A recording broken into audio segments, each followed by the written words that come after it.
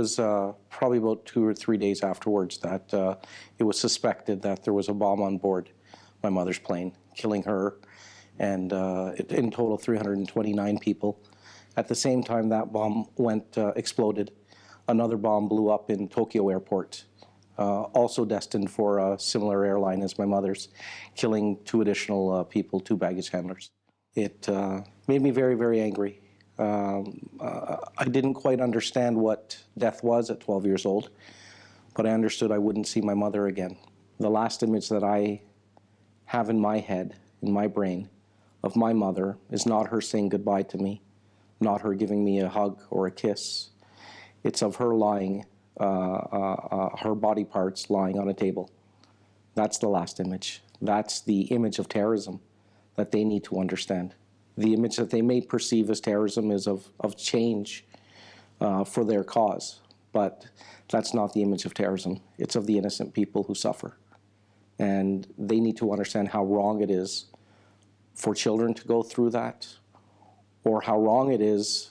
I recount the story of one of the individual civilians who was out in the Atlantic Ocean that day, who helped recover bodies.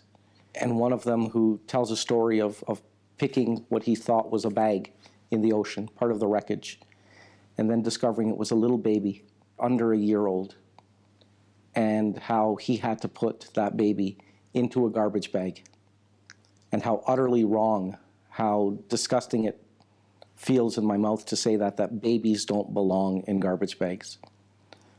And that's what I would tell those individuals too, that they need to understand, and I hope they would understand that. We were unfortunate in being victims in that it took over 20 years for this to be investigated and it to come to the completion of a trial.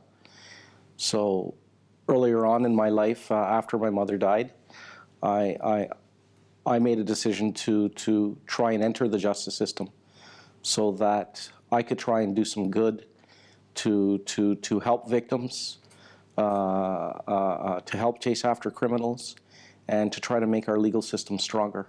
Part of our goal as well is to hopefully meet, whether it's virtually or in person, those people who are down a path towards radicalization, and to help them to stop and think twice about what they're going to do.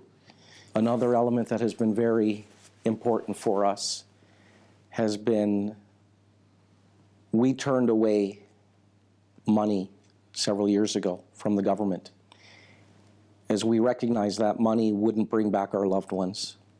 Instead, we asked the government to establish a research fund to fund research for victim service providers. We thought the best legacy to the loved ones we lost was to put this money forward into that research program, which is in the millions of dollars, in order to protect the future. And that was our way of giving back to our country, giving back to our citizens, and giving back to the world, honoring our loved ones.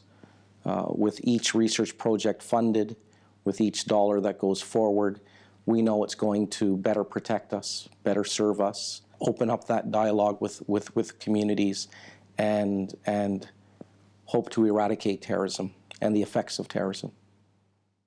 I think I would like to share my experience on how much damage this caused myself, my family, and thousands of families around the world, and how much pain they caused. It's cowardice to attack innocent people, to attack children under the age of 12. It's something I would consider if the terrorists were willing to say, I'm sorry.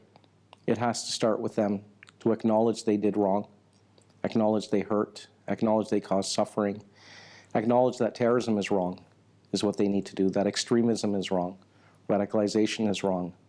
And that would be the good opening to a dialogue that I'd be willing to have in our country. And many of us recognized very early on that no amount of money would ever bring back my mother, would bring back the other children and friends that I lost, and the hundreds of other people lost. It became our main goal as the Victims Families Association to advocate for change. And that change involved, our reason for being is to ensure that those government institutions that are responsible to protect us against terrorism. We're also very vocal about engaging other parts of our communities and groups, not just government, but it's all of our responsibility to engage all communities, to engage all individuals in this type of dialogue of promoting tolerance, promoting acceptance, combating terrorism, speaking out against violence and hatred, and working with groups so we can understand each other.